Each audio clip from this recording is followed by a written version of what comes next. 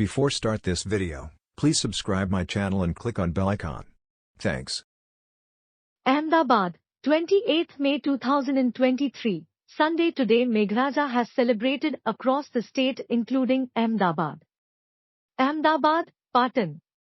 People coming suddenly to places including Banaskantha were put in trouble. So people have got relief from the unbearable heat that has been falling for a long time. So today, before the final match between Gujarat Titans and Chennai Super Kings in Ahmedabad, the rain. Cricket fans were also worried, although the cricket fans are happy as the rain stops. In many areas of the city, people were put in trouble due to rain and lightning. Hailstones also fell in some areas. Incessant rains have also created problems of waterlogging in some areas. It rained in Makarba, SG Highway, Thaltej, Shivaranjani, Chandkheda and other areas of the city. Many areas of the city were flooded due to the sudden downpour. The drivers were also disturbed due to the rain in the evening.